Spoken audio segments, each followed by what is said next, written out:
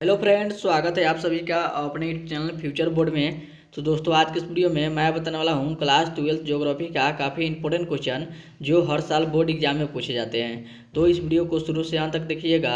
इस वीडियो को कहीं से स्किप मत कीजिएगा और इस चैनल पर नए चैनल को सब्सक्राइब कीजिएगा और वीडियो को लाइक जरूर कीजिएगा। तो चलिए स्टार्ट करते हैं आज का वीडियो। तो दोस्तों, यहाँ पे आपका पहला नंबर प्रश्न है, स्वेज नहर निम्न में से किसे जोड़ती है। आपका क्वेश्चन है, स्वेज नहर निम्न में से किसे जोड़ती है। बताइए कमेंट करके किसे जोड़ती है। तो याद रखिएगा, भूमध्य सागर एवं लाल सागर को जोड़ती है। किसे जोड़ती है? तो भूमध्य सागर एवं लाल सागर को जोड़ती है। यहाँ पे आपका सी ऑप्शन राइट आंसर होगा। कौन सा ऑप्शन सही होगा? तो सी ऑप्शन राइट आंसर होगा। चलिए अगले नंबर प्रश्न की ओर चलते हैं। तो दोस्तों, यहाँ पे आपका अगला नंबर प्रश्न है, निम्नलिखित में कौन व्यावसायिक नगर है। आपका क्वेश्चन है, निम्नलिखित में कौन व्यावसायिक नगर है। तो याद रखिएगा कौन है तो एम्स्टर्डम है। क्या है? तो एम्स्टर्डम है। यहाँ पे आपका डी ऑप्शन राइट आंसर होगा। कौन सा ऑप्शन सही होगा? तो डी ऑप्शन राइट आंसर होगा। आगे चलते हैं अगले नंबर प्रश्न को। तो दोस्तों, यहाँ पे आपका अगला नंबर प्रश्न है, सन सागर के प्रसिद्ध वैश्विक नगर निम्नलिखित में कौन कौन से है। आपका क्वेश्चन है, सन सागर के प्रसिद्ध वैश्विक नगर निम्नलिखित में से कौन कौन से हैं। बताइए कमेंट करके कौन कौन से हैं। याद रखिएगा, लंदन है, न्यूयॉर्क है, टोक्यो है। यहाँ पे आपका सी ऑप्शन राइट आंसर होगा। कौन होगा? तो न्यूयॉर्क, यहाँ पे आपका टोक्यो टोक्यो होगा। आगे चलते हैं अगले नंबर प्रश्न को। तो दोस्तों, यहाँ पे आपका अगला नंबर प्रश्न है, हेमेटाइट अयस्क से किस धातु का उत्पादन होता है। आपका क्वेश्चन है, हेमेटाइट अयस्क से किस धातु का उत्पादन होता है। तो लोहा का उत्पादन होता है। किसका उत्पादन होता है? तो लोहा का उत्पादन होता है। यहाँ पे आपका बी ऑप्शन राइट आंसर होगा। आगे चलते हैं अगले नंबर प्रश्न को। तो दोस्तों, यहाँ पे आपका अगला नंबर प्रश्न है, निम्नलिखित में कौन सा एक चतुर्थ क्रियाकलाप है। आपका क्वेश्चन है, निम्नलिखित में कौन सा एक चतुर्थ क्रियाकलाप है। बताइए कमेंट करके कौन है। तो याद रखिएगा, विश्वविद्यालय अध्यापन है। क्या है? तो विश्वविद्यालय अध्यापन है। यहाँ पे आपका डी ऑप्शन राइट आंसर होगा। कौन सा ऑप्शन सही होगा? तो डी ऑप्शन राइट आंसर होगा। आगे चलते हैं अगले नंबर प्रश्न को। तो दोस्तों, यहाँ पे आपका अगला नंबर प्रश्न है, यहाँ पे आपका पेट्रोकेमिकल, आपका क्वेश्चन है, पेट्रोकेमिकल उद्योग में अग्रणी देश का नाम है। आपका क्वेश्चन है, पेट्रोकेमिकल उद्योग में अग्रणी देश का नाम है। तो बताइए कमेंट करके देश का क्या नाम है। तो संयुक्त राज्य अमेरिका है। क्या है?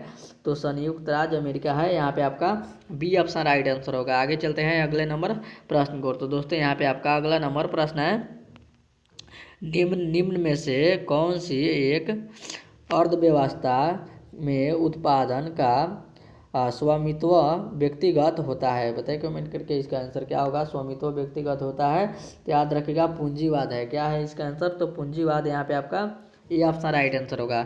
आगे चलते हैं अगले नंबर प्रश्न को। तो दोस्तों, यहाँ पे आपका अगला नंबर प्रश्न है, निम्नलिखित में किसे कर्तन दहन कृषि भी कहते हैं। आपका क्वेश्चन है, निम्नलिखित में किसे कर्तन दहन कृषि भी कहते हैं। बताइए कमेंट करके किसे कहते हैं कर्तन दहन कृषि भी कहते हैं। तो याद रखिएगा, आदिम निर्वाह कृषि को कहते हैं। किसे कहते हैं? तो आदिम निर्वाह कृषि को कहते हैं, जो कि यहाँ पे आपका बी ऑप्शन राइट आंसर होगा। कौन सा ऑप्शन सही होगा? तो बी ऑप्शन राइट आंसर होगा। आगे चलते हैं अगले नंबर प्रश्न को। तो दोस्तों, यहाँ पे आपका अगला नंबर प्रश्न है, विश्व में तांबा अयस्क का सबसे बड़ा उत्पादक देश है। बताइए कमेंट करके इसका आंसर क्या होगा। आपका क्वेश्चन है, विश्व में तांबा अयस्क का सबसे बड़ा उत्पादक देश है। तो याद रखिएगा, सबसे बड़ा उत्पादक देश क्या है। तो यहाँ पे आपका चिली है। क्या है? तो सबसे बड़ा उत्पादक देश क्या है? तो चिली है। यहाँ पे आपका ये ऑप्शन राइट आंसर होगा। आगे चलते हैं अगले नंबर प्रश्न को। तो दोस्तों, यहाँ पे आपका अगला नंबर प्रश्न है, निम्नलिखित में से किसे क्यूबा की रानी कहा जाता है। आपका क्वेश्चन है, निम्नलिखित में किसे क्यूबा की रानी कहा जाता है। बताइए कमेंट करके किसे कहा जाता है। तो याद रखिएगा, किसे कहा जाता है। तो गाना को कहा जाता है। किसे कहा जाता है? तो गाना को कहा जाता है। यहाँ पे आपका सी ऑप्शन राइट आंसर होगा। आगे चलते हैं अगले नंबर प्रश्न को। तो दोस्तों, यहाँ पे आपका अगला नंबर प्रश्न है, निम्नलिखित में कौन सी खाद्य फसल है। आपका क्वेश्चन है, निम्नलिखित में कौन सी खाद्य फसल है। तो याद रखिएगा, कौन सी खाद्य फसल है। तो मक्का यहाँ पे आपका खाद्य फसल होगा। कौन सा आंसर सही होगा? तो मक्का यहाँ पे खाद्य फसल होगा। सी ऑप्शन राइट आंसर होगा। चलिए अगले नंबर प्रश्न को चलते हैं। तो दोस्तों, यहाँ पे आपका अगला नंबर प्रश्न है, निम्न में, आपका क्वेश्चन है, निम्न में से कौन सी रोपण फसल नहीं है। आपका क्वेश्चन है, निम्न में से कौन सी रोपण फसल नहीं है। तो याद रखिएगा, इनमें से रोपण फसल कौन नहीं है। तो गेहूं नहीं है। कौन सा नहीं है? तो गेहूं नहीं है। यहाँ पे आपका सी ऑप्शन राइट आंसर होगा। आगे चलते हैं अगले नंबर प्रश्न को। तो दोस्तों यहाँ पे आपका अगला नंबर प्रश्न है, चावल किस प्रकार की जलवायु का पौधा है। आपका क्वेश्चन है, चावल किस प्रकार की जलवायु का पौधा है। बताइए कमेंट करके किस प्रकार की जलवायु का पौधा है। तो याद रखिएगा उष्ण आर्द्र का है, किसका है तो उष्ण आर्द्र का है। यहाँ पे आपका बी ऑप्शन राइट आंसर होगा। कौन सा ऑप्शन सही होगा तो बी ऑप्शन राइट आंसर होगा। आगे चलते हैं अगले नंबर प्रश्न को। तो दोस्तों यहाँ पे आपका अगला नंबर प्रश्न है, अंगूर की खेती कहलाती है। तो बताइए कमेंट करके इसका आंसर क्या होगा।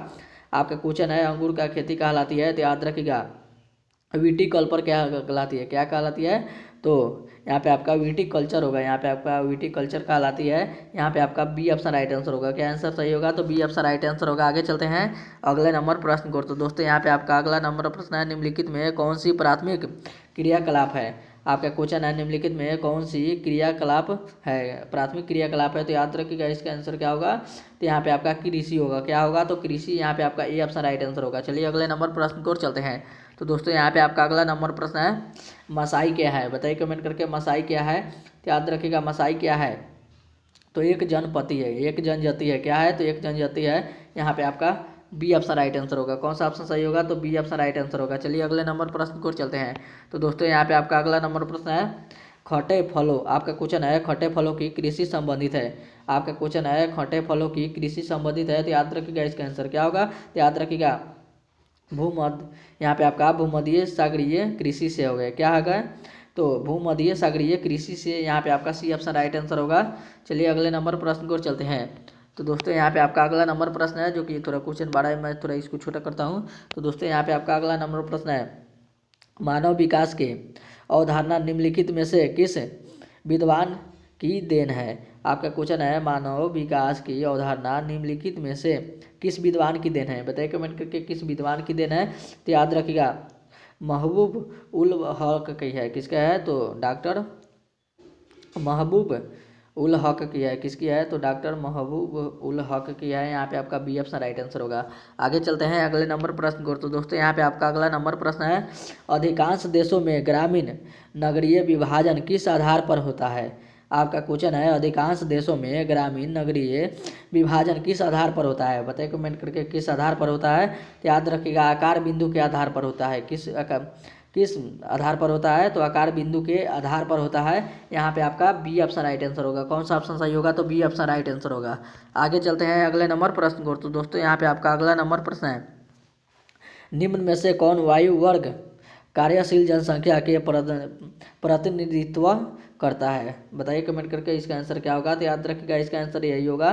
तो 15 से 59 वर्ष तक हुआ था। क्या हुआ था तो 15 से 59 वर्ष तक प्रतिनिधित्व करता है। यहाँ पे आपका सी ऑप्शन राइट आंसर होगा।